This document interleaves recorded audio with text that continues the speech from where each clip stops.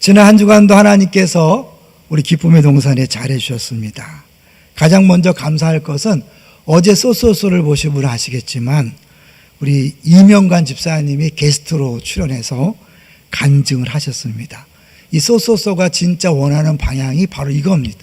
교육자들이 단순히 광고 형식이 아니라 우리 성도들이 직접 참여해서 함께 방송을 만들어가는 것이 우리의 바람이고 또 기대입니다. 앞으로도 누구를 초청하든지 기쁨으로 참여하셔서 간증과 삶을 나눠주시기 바랍니다. 두 번째로는 양육제 명단이 다 나왔는데요. 지난주까지만 해도 후원자가 부족해서 많이 힘들어했는데 후원자가 다 채워졌다. 더 감사한 것은 제가요 이 설교를 듣고 부담을 느껴서 했다는 이야기를 듣고 하나님 때에 맞춰서 하셨구나. 너무 감사했습니다. 이제 세 번째로는 우리 지난번에 500만 원을 후원하신 분이 있어서 10분에게 50만 원씩 드렸는데요. 제가 이 시간에 이렇게 감사 제목을 나누는 걸 들으셨대요. 그러면서 자기 지금 항암 치료 중에 굉장히 어렵다. 그런데 내가 그걸 몰라서 신청을 못했다. 그런 얘기를 듣고 우리 장로님들이 급하게 의논하시고 111 헌금에서 50만 원을 지원하기로 빨리 결정하셨어요. 그리고 장로님 한 분이 자기 개인 돈 50만 원을 더하셔서 100만 원을 후원해 드렸고, 그래서 이제 항암치료 3차 항암치료를 기쁨으로 받게 되셨다고 그렇게 연락을 받았습니다. 하나님께서 또 이렇게 신청할 수 있도록 마음을 주시고 우리 장로님들이 빨리 이렇게 해결해 주셔서 감사하고요. 더불어서 한 가지 광고가 있는데요. 여러분이 지난주에 120만 원을 목적 헌금을 했는데 그 내용이 7자밖에 안 들어가니까 동산교회 지정금 이렇게 들어왔어요.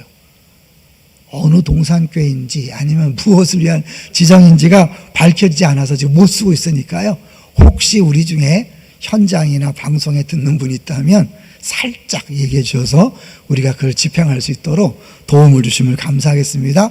앞으로도 7자밖에 안 들어간다는 걸 기억하시고 그 안에서 확실하게 용도를 밝혀주시면 감사하겠습니다.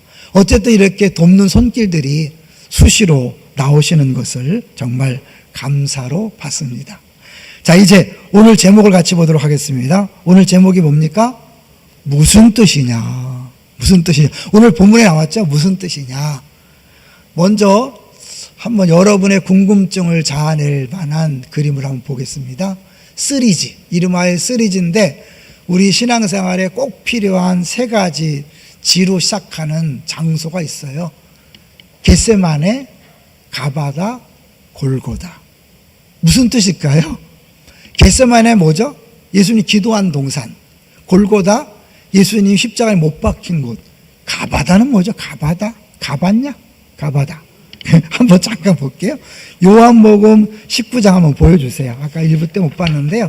요한복음 19장 13절에 나옵니다. 요한복음 19장 13절에 보면 저기가 이제 돌로 깐 뜰이라 그래서 빌라도가 예수님을 재판한 곳이에요. 같이 읽어볼까요?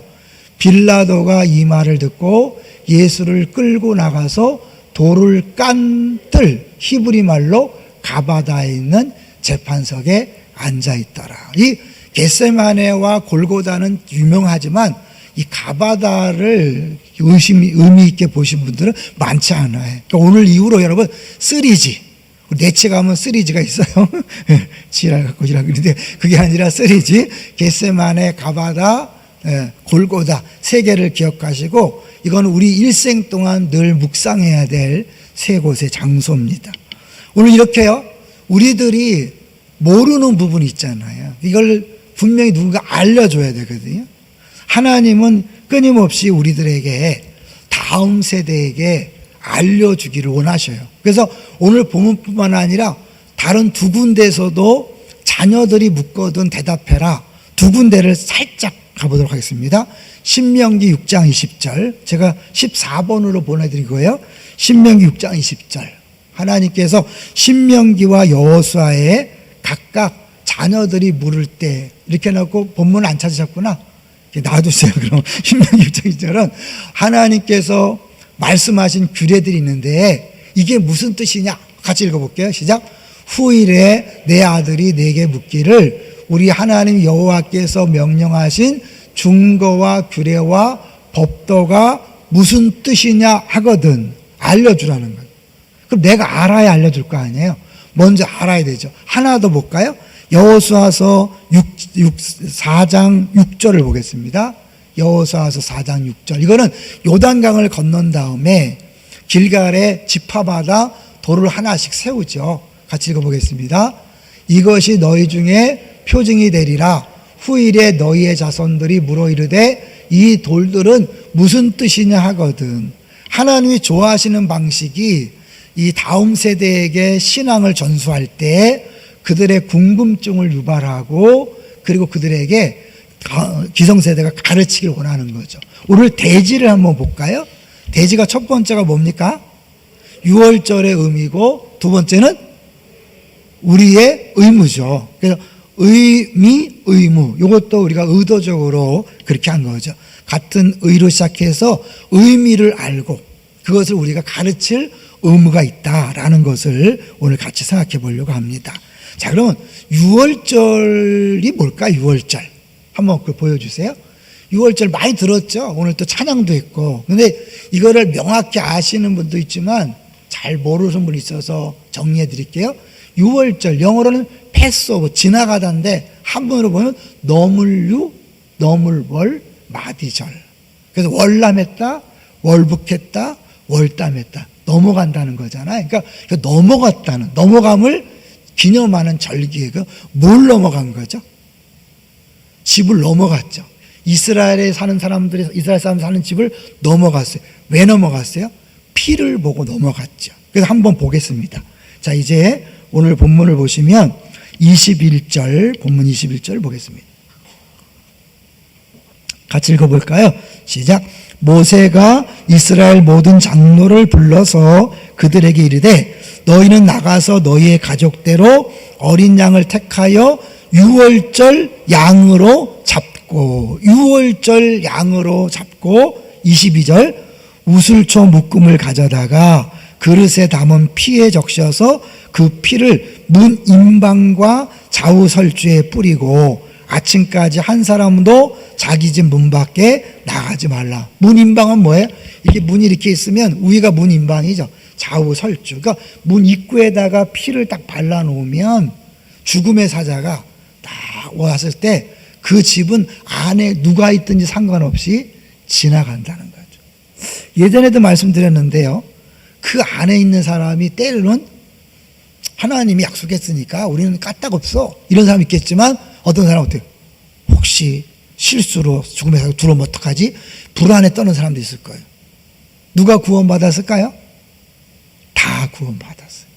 그 안에 있는 사람이 믿음을 갖고 난 믿습니다, 확신합니다, 이런 사람이나 무서워서 벌벌 떠는 사람이나 상관없이 그 피 때문에 지나가는 거예요. 이런 이 유월절은 오늘날 우리에게 무슨 의미가 있을까요? 이 유월절은 그림이에요. 그림. 신약에 대한 그림이죠. 그러니까 십자가 보혈의 피로 구원받는 것이 무엇인지를 극으로 실제 역사적 사건으로 우리에게 보여주고 있는 거죠. 그래서 예수님이 이 땅에 오셨을 때 뭐라 그랬어요? 세례요한이 유월절 하나님의 세상죄를 지고 가는 하나님의 어린 양을 보라. 그것도 한번 볼까요? 우리 요한복음 1장 29절. 왜 세상죄를 지고 가는 어린 양이냐면 유월절 어린 양으로 오셨기 때문에 그런 거죠. 같이 읽어보겠습니다. 이튿날 요한이 예수께서 자기에게 나오심을 보고 이르되 보라 세상죄를 지고 가는 하나님의 어린 양이로다. 그러니까 먼저 우리가 유월절의 의미를 보고요.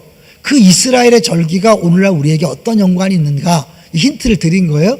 그건 결국 예수님께서 이 땅에 오셔서 어린 양으로 죽으심으로 완벽한 유월절, 진정한 유월절, 진정한 출애굽을 이뤘다는 것을 우리에게 보여주고 있으니까 그걸 이해하기 위해서 먼저 확실한 그림을 봐야 되겠죠. 자, 그래서 이제 23절 보고요. 24절을 같이 보겠습니다. 24절 시작. 너희는 이 일을 규례로 삼아 너희와 너희 자손이 영원히 지킬 것이니 25절 너희는 여호와께서 허락하신 대로 너희에게 주시는 땅에 이를 때에 이 예식을 지킬 것이라. 26절에 이후에 너희의 자녀가 묻기를 이 예식이 무슨 뜻이냐 하거든. 그럼 단순히 그것만 설명할 수 없고 어떻게 다 설명해야 되겠죠. 그래서 27절 같이 읽습니다. 너희는 이르기를 이는 여호와의 유월절 제사라. 여호와께서 애굽 사람에게 재앙을 내리실 때에 애굽에 있는 이스라엘 자손의 집을 넘으사 우리의 집을 구원하셨느니라 하라 하매 백성이 머리 숙여 경배하니라. 애굽 사람에게 재앙을 내렸다 할 때 재앙 이거 딱 하나 내린 게 아니죠. 몇 개 내렸죠?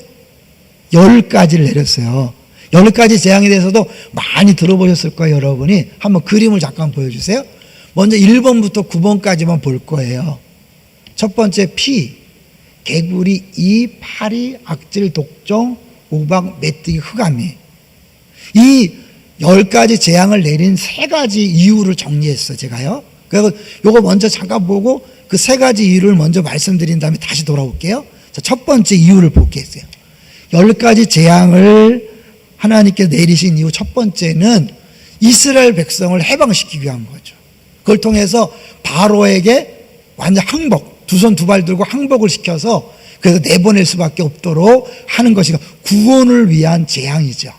두 번째로는 이 애굽 사람들에게 내린 재앙인데 그 애굽 사람들 두 번째 보여줘. 두 번째 10가지 재앙들을 애굽에 내린 이유 두 번째는 애굽의 모든 신들에게 벌을 내리기 위한 거예요.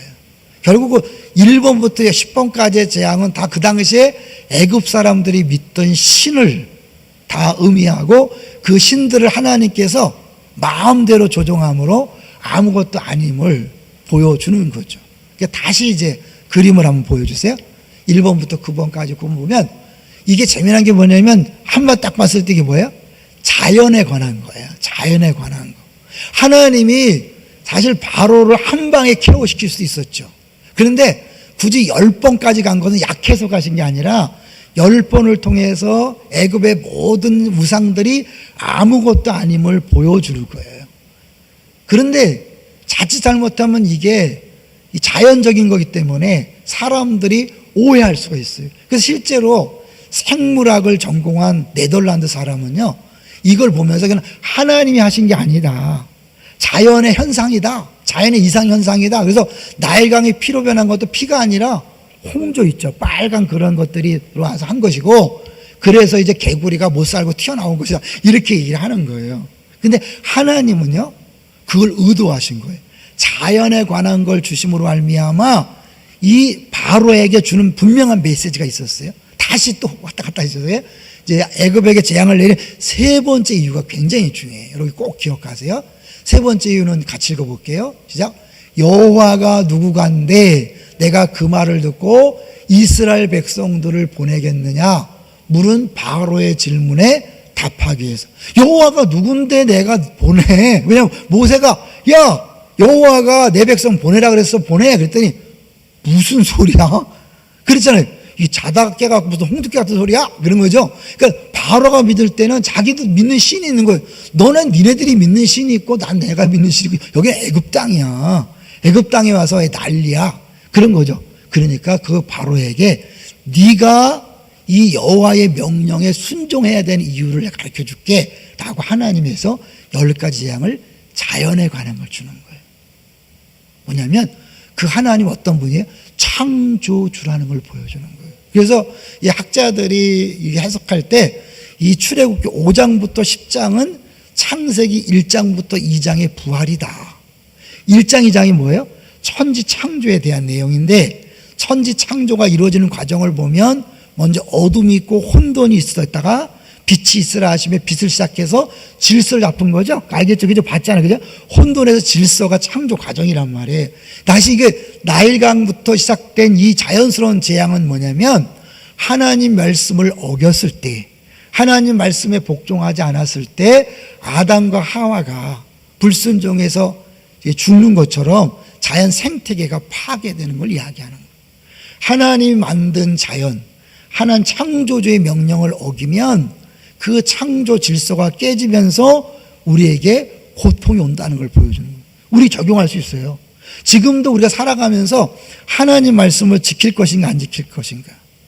안 지키면 하나님 벌 줄까봐가 아니라 이건 하나님 창조주로서 주신 매뉴얼이기 때문에 이 상태로, 이 말씀대로 살면 창조의 질서를 마음껏 누리고 살지만 이 말씀을 복종하지 않으면 질서가 깨지는 거예요. 대표적으로 어떻게 할까요? 우리 건강이 망가지게 돼 있어요. 그리고 인간관계가 망가지고, 그리고 내 주변의 모든 세상이 질서가 깨지면서 평생 고생하면서 살아갈 수밖에 없는 거죠. 단순히 이게 예수 안 믿으면, 말씀대로 안 살면 벌 받는 게 아니라 하나님이 창조주고 창조주로서 이 세상에 대해 말씀했기 때문에 이 말씀을 듣는 것이 신상의 이롭다, 그런 거거든요. 그러니까 결국 나일강이 피로 물드니까 어떻게 해요? 다 생물이 죽죠. 그러니까 개구리가 뛰어 올라온 거예요. 그러니까 개구리가 죽으니까 그 죽은 개구리에서 이와 그런 거죠. 네 번째 파리들이 생기고, 이와 파리를 통해서 동물에게 전염병인 악질, 사람에게 전염병인 독종이 생기는 거죠. 그리고 이제 우박과 메뚜기는 이 자연 질서가 완전히 깨져서 살아갈 수 없음을 보여주는데, 마지막 9번째 재앙이 아주 클라이막스예요. 왜? 흑암. 여러분, 흑암은 뭐예요? 원래 창조 전에 그 무질서로 들어간다는 것을 보여주고 있는 거예요. 근데 이 흑암이 왜 중요하냐면, 예수님이 십자가에 달리실 때 어땠어요? 하늘이 깜깜해졌어요. 우린 그럴 때 예수님이 죽으시니까 세상도 같이 아파했나? 그게 아니라 예수님의 죽으심은 모든 죄의 결과인 창조를 되돌린 그 깜깜한 흑암을 하나님, 예수님께 다 담당하시고 죽으심을 보여주고 있는 거죠. 이 9가지 재앙만 해도 이것이 예수님의 죽음과 연관됐다는 걸 보여주지만, 더 중요한 것은 바로 예수님의 피에 대한 내용이죠. 다시 한번 보겠습니다. 예수님께서 아까 하나님의 어린 양이라 그랬잖아요. 여기 아까 이후에 너희가 자녀가 묻기를 이 예식이 무슨 뜻이냐라고 물으려면 어떻게 해요? 그 예식을 행해야 되죠. 자녀가 묻는다는 건 뭐냐면 가정별로 유월절 예식을 했다는 거예요. 그래서 모든 집집마다 매년 한 번씩 유월절을 지키면서 그 부모가 포도주를 같이 나누고 무교병을 나누고 어린 양 고기를 먹으면서 아이들이 물을 때, 9가지 재앙이 있었고 10번째 재앙 때 장자를 죽이는 재앙이 있었어. 한번 보여주세요. 10번째 재앙. 10번째 장자를 죽이는 재앙이 있었던 거죠. 근데 이 장자의 죽음은 이스라엘도 예외는 아니었어요.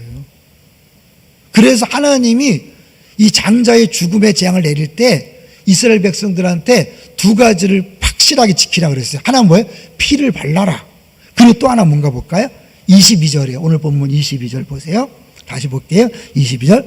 우슬초 묶음을 가져다가 그릇에 담은 피에 적셔서 그 피를 문인방과 좌우설주에 뿌리고 아침까지 한 사람도 자기 집 문 밖에 나가지 말라. 왜 나가지 말라 그랬을까요? 이스라엘 사람이라 구원받는 게 아니에요. 아브라함 후손이라 구원받는 게 아니라 피 때문에 구원받는 거니까 나갔다간 죽는 거예요. 그 뭐예요? 애굽 사람이나 이스라엘 사람이나 다 거기서 거기인 거예요. 차이가 없는 거예요. 다만 차이는 뭐예요? 피에 대한 말씀을 믿고 피를 바르고 안 나오면 살고 나오면 죽는 거예요. 이거는 이 나중에 우리가 예수 그리스도를 믿을 때 우리나 믿지 않은 사람이라 다 똑같아요. 예수님이 죽으실 때 우리의 죄 때문에만 죽은 게 아니라 모든 인류의 죄 때문에 죽었잖아요. 그걸 우리가 믿었기 때문에 사실은 우리는 구원받은 거지, 우리가 잘난 게 아니잖아요. 우리가 더 훌륭한 게 아니잖아요. 그러니까 우리는 사람을 차별 대우할 수 없어요. 사람을 함부로 대하고 없고 무시할 수도 없고 교만할 수도 없는 거죠. 자, 이제 이렇게 이야기를 해서 하는데 예수님께서 오셔서 유월절 식사를 했어요. 그러니까 결국 예수님은 제자들과 함께 가족이라는 걸 보여주는 거죠. 그러니까 그 가족의 대표로서 예수님이 유월절 식사를 하면서 하는데 한 가지 이상한 게 있었어요. 유월절에는 반드시 있어야 될 게 어린 양 고기, 무교병, 포도주가 있어야 되는데 이 예수님이 준비한 유월절 잔치에는 어린 양 고기가 없는 거예요. 왜 없을까요? 예수님 자신이 어린 양 고기로 오셨기 때문에, 어린 양으로 죽으러 오셨기 때문에 따로 고기를 먹지 않고 자기 자신이 양이라는 걸 보여주는 거예요. 그래서 이거 먹으면서 이제 아버지가 설명을 해야 되는 것처럼 예수님이 리더로서 설명을 하는데, 설명하면 어떻게 해요? 얘는 애굽 얘기를 해야 되잖아. 노예를 살다가 9가지 재앙, 10가지 재앙을 얘기해야 되는데, 예수님이 그 재앙 얘기를 한 게 아니라 이 포도주는 내 피야, 이 빵은 내 살이야. 여러분 이상하지 않아요? 이 6월절에 애굽 얘기를 하고 종살이 얘기를 해야 되는데 예수님께서 자기 피라 그리고 자기 살이라 그래. 이건 뭐예요? 자기 죽음을 이야기하는 거예요. 진짜 6월절이 왔다, 완전한 6월절이 왔다, 완전한 출애굽이 왔다는 것을 예수님이 보여주는 거예요. 그래서 예수님께서 십자가상에 죽을 때 어둠이 임한 거예요. 엘리 엘리 라마 사박단이 부르짖는데 하나님이 침묵하셨어요. 왜요? 사랑하는 아들이지만 모든 인류의 죄를 다 짊어지고 죽는 과정이기 때문에 하나님이 외면한 거죠. 완벽한 소외, 죄로 인한 단절, 이거를 다 담당하는데 어디서부터 시작된 죄일까요? 아담과 하와가 불순종함으로 시작된 그 죄의 모든 결과를 예수님이 다 담당하시고 죽으시는 거예요. 그걸 먼저 이스라엘 백성에게 유월절을 통하여 경험하게 하시고, 예수님 십자가 피가 바로 그 유월절 어린 양의 피다, 그건 강타오실 예수 그리스도를 보여주는 것이다, 그러면서 우리가 구원받는다는 것, 믿음으로 구원받는다는 것, 십자가를 통해 구원받는다는 게 뭐냐? 그 문 안에 들어가서 두려워하든 떨든 확신하든 상관없이 그 피 때문에 구원받는 것처럼 우리가 아니라 그 피로 구원받는다. 할렐루야. 이 사실을 잊지 마셔요. 그러니까 신앙생활 할 때 내 노력이 막 열심으로 하는 게 아니에요. 오늘 천국 갈 자신 있습니까? 열심히 믿어야죠. 이거 잘못 믿는 거예요. 여러분 열심히 믿어 천국 가는 게 아니에요. 우리가 예수 믿는 순간 그 피 때문에 구원받는 거예요. 할렐루야. 근데 그 피 때문에 구원받는 게 얼마나 놀랍냐면, 이제 그 예수님께서 그 피를 보고 넘어갈 때 이제 이 장자들이 다 죽어서 온 통곡이 나니까 이제 하나님께서 나올 때 그들에게 은금 패물을 요구하라 그래요. 들어봤죠? 은금 패물을 왜 요구했냐면 그동안 노동의 대가를 받는 것이고, 또 하나는 승리의 전리품을 받는 거, 승리를. 세 번째는 나중에 성막 질 때 재료를 미리 공급하시는 거죠. 어쨌든 간에 그 은금 패물을 구했을 때 막 주는 거예요. 왜 줬겠어요? 9번째, 10번째 재앙을 겪으면서 막 혼비백산해갖고, 야, 제발 나가줘. 그러니까 막 달라는 대로 다 주는 거예요. 그게 창세기에 미리 예언되었고, 출애굽기에서 미리 예언됐어요. 그리고 이제 오늘 본문에 나온 거죠. 35절에 나왔어요. 한번 읽어볼게요. 35절. 이스라엘 자손이 모세의 말대로 하여 애굽 사람에게 은금 패물과 의복을 구하매 여호와께서 애굽 사람들에게 이스라엘 백성에게 은혜를 입히게 하사 그들이 구하는 대로 주게 하심으로 그들이 애굽 사람의 물품을 취하였더라. 부자가 돼서 나온 거예요. 근데 이게요, 시편에 보면 더 놀랍게 나와요. 시편 105편 37절로 가보세요. 시편 105편. 참 놀라운 말씀이에요. 같이 읽어볼게요. 시작. 마침내 그들을 인도하여 은금을 가지고 나오게 하시니 그의 지파 중에 비틀거리는 자가 하나도 없었더라. 힘이 없어서 애굽을 못 나온 사람이 없이 다 건강하게 나왔다. 여러분 마지막 80년, 모세가 태어나서 부름받기 전까지 80년은 아주 극심한 노동과 그런 핍박 속에서 이스라엘 백성이 살았어요. 그러니까 그 안에 얼마나 많은 질병이 있었고 다친 사람이 있었겠어요. 그런데 한 명도 없이, 비틀거림이 없이 나왔다. 몇만이라고 그랬어요? 작게 200만, 많으면 350만이라고 하는 그 많은 인구 중에 병든 사람이 없다. 누가 하신 일이에요? 하나님이 하신. 이 보혈의 피의 능력이 얼마나 대단한 것을 보여주는 거예요. 우리가 예수님의 보혈의 피를 찬양하는 것, 그 보혈을 믿는다고 선포하는 것은요, 마귀가 벌벌 떠는 것이고 질병이 떠나가는 것이고 우리의 모든 문제가 해결됨을 우리에게 그림으로 보여주는 거예요. 그래서 그들이 한 명도 안 아프고 나온 거예요. 여러분 200만이 모여있는 도시에 환자가 하나도 없다? 이건 말도 안 되는 거짓말 같은 사실인데 그걸 그림으로 보여줘요. 왜? 보혈의 능력은 우리의 죄의 문제를 해결할 뿐만 아니라 인생의 모든 문제를 해결하는. 왜요? 모든 인생의 문제는 어디서 왔어요? 죄 때문에 왔고, 그 죄의 문제를 보혈이 해결하고 나면 우리 안에 있는 모든 문제가 해결됨을 그림으로 보여준 것을 우리에게 말씀하고 있는 거예요. 그래서 사실은 이스라엘 백성에게 유월절은요 어마어마한 절기였어요. 한번 보여주세요. 6번을 보여주세요. 이스라엘 유월절은 단순히 구원을 찬양하는 절기가 아니라 이스라엘 역사의 중심에 큰 영향을 준 사건이에요. 그래서 6월절부터 다시 1월이 시작돼요. 그리고 달력을 새로 시작하게 하고 한 민족으로 출발하게 하는데 이제 뭐라고 어떻게 좀 하냐면 여호와의 군대라는 표현을 써요. 그들이 나오는 순간부터 여호와의 군대래. 훈련소 가지 않았어요. 여러 가지 준비하지 않았어요. 나오는 순간 군대예요. 거듭난 순간 군대예요. 구원받는 순간 군대예요. 할렐루야. 이게 보혈의 능력. 우리는 막 열심히 제자가 되는 게 아니라 나를 따르라. 그 순간 제자가 되는 거예요. 내가 훈련 받아야 되는데요. 아니요. 그 훈련은 이미 제자가 된 사람이 제자답게 살기 위해서 훈련 받는 거예요. 여호와의 군대라고 표현하잖아요. 그 다른 거 없어요. 그냥 그 피 바르고 집안에 숨어 있다가 나오는 순간부터 여호와의 군대라고 하나님이 명명하셨어요. 그래서 애국 군대와 싸우는 군대라고 그때부터 표현한 것이 나오는 거죠. 그러니까 이 6월절은 유대인에게 너무 중요한 절기예요. 그럼 우리에게는 무슨 의미인가? 아까 얘기했죠. 이 6월절, 진정한 6월절은 예수 그리스도의 십자가 사건이다. 진정한 출애굽은 예수님의 십자가를 통한 구원 사건이다. 할렐루야. 그러니까 결국 우리들이 6월절을 지킨다는 건 뭘까요? 그건 뭐냐면 쉽게 얘기하면 성찬식을 하는 거예요. 그러니까 이 코로나19 때문에 성찬식 못하는 게 너무 안타까운 거예요. 왜? 성찬식을 하면서 초신자들에게, 자녀들에게 이게 무슨 뜻이냐 물을 때 이건 예수님 피야, 예수님 몸이야, 우리를 위하여 살을 찢으시고 피 흘리신 거야. 이게 복음의 확실한 전달 통로인데 안 되잖아요. 그게 안 된다고 안 되나요? 우리가 십자가를 찬양하고 보혈을 찬양할 때마다 뭐예요? 우리는 그 출애굽의 6월절을 떠올리는 거예요. 더 나아가서 예수님의 겟세마네, 가바다, 그리고 골고다에서 이루어진 일을 그때마다 떠올리는 거예요. 그리고 어떻게 해요? 내가 구원받은 그 어마어마한 사건을 기억하면서 나 같은 죄인 살리신 그 은혜를 찬양하는 거예요. 이제 마지막으로 정리하면요, 이게 우리가 절기를 기념하고 뭘 기념할 때 유익이 있어요. 기념하는 5번을 보여주세요.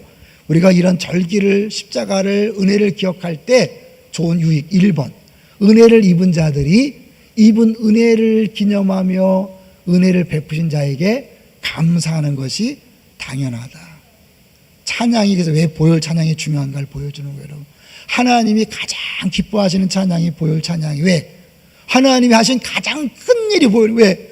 창조주로서, 세상을 만든 창조주로서 이 망가진 세상을 새롭게 하기 위해서 그 창조자이신 예수님이 죽으신 사건이잖아요. 여러분, 그것보다 더 놀라운 사건이 어디 있어요? 두 번째 뭐예요? 지난날 입은 은혜를 기념하면 현실에 대한 불안감과 미래에 대한 불확실함이 사라지기 때문에. 지금 막 불안하죠? 근데 여러분, 그때마다 어때요? 십자가를 볼 때 아들도 아끼지 않고 내어주신 이가 십자가를 통해 사랑을 확증하셨느니라. 흔들릴 때마다 그 사랑으로 확증, 하나님 내가 너 이만큼 사랑해, 이만큼 사랑해 라는 것들을 회복하면서, 그래 사랑하는데 뭐가 문제야? 이러면서 다시 한번 회복되는 거예요. 그리고 코로나19 언제까지 될 것인가, 미래에 대한 불안함이 있죠. 그런 뭐예요? 하나님이 영원 전부터 영원 후까지 경영하시면서 우리를 자녀 삼고 우리를 지키시고 보호할 것인데 뭐가 두렵겠는가. 다시 정신을 차리고 신나는 마음으로 삶의 현장으로 달려가는 거죠. 그래서 예배가 중요한 거죠. 왜냐하면 우리가 성찬식을 사실 예배 때마다 해야 정상이잖아요, 원래. 근데 못하니까 우리는 십자가를 찬양하고 보혈을 찬양하고 주님이 누구이신가를 바로가 묻을 때 너가 누구인데 그분은 창조자요 구원자요 나의 아버지요 왕이시다. 할렐루야. 내가 먼저 그 의미를 분명히 알고 집에 가서 사랑하죠. 예배 때마다 갔다 와서 엄마 얼굴이 환해져요, 아빠 얼굴이 환해져요. 왜 그래요? 예배 드리고 왔어. 묻는 거예요. 예배가 뭔데 그래요? 근데 예배 드리고 왔는데도 더 인상을 빡 쓰고 들어가면 아무런 교육이 안 되는 거죠. 경찰에서 요거 맞을 거예요. 경찰에서 아이들을 잘못 키우기 위해서 10가지를 하지 마라 그래갖고 10가지를 정리했는데 3가지만 발표할게요. 자녀들 잘못 기르기 10가지. 1번, 어려서부터 갖고 싶은 것을 다 주면서 길러라. 자라서 온 세상이 자기 것까지 생각하고 살 것이다. 두 번째, 나쁜 말을 할 때 하고 싶은 말을 다 하게 그냥 내버려 두면서 아이를 길러라. 웃어 넘겨라. 그러면 자라나서 자기 마음대로 말하는 사람이 될 것이다. 남의 마음에 상처되는 말을 마구 뱉어놓는 사람이 될 것이다. 세 번째, 아무런 영적 훈련을 시키지 말고 내버려 두며 길러라. 자라나고 나면 알아서 자라겠지라고 길러보아라. 자라나서 자기 마음대로 하게 되면서 하나님을 떠나갈 것이다. 창조주를 떠나는 순간 창조의 모든 질서가 깨어진 혼돈과 혼란과 소외 속에서 살아갈 수밖에 없는 거죠. 우리에게 의무를 주셨어요. 네가 먼저 확실히 의미를 깨닫고 그를 가르칠 의무가 있다. 여러분, 예배 때마다 정말 주를 만나고 그것을 십자가를 생각하고 얼굴이 환해져서 돌아가시기를 주의를 축원합니다. 애들이 부를 때마다 나 예배 드리고 와서 그래. 비록 그것이 1시간이 못 가고 2시간이 못 가고 3일이 못 갈지라도 일단은 예배 드리고 하면 달라지는 모습을 보여주는 우리 모두가 되시기를 주의 이름으로 축원합니다. 네.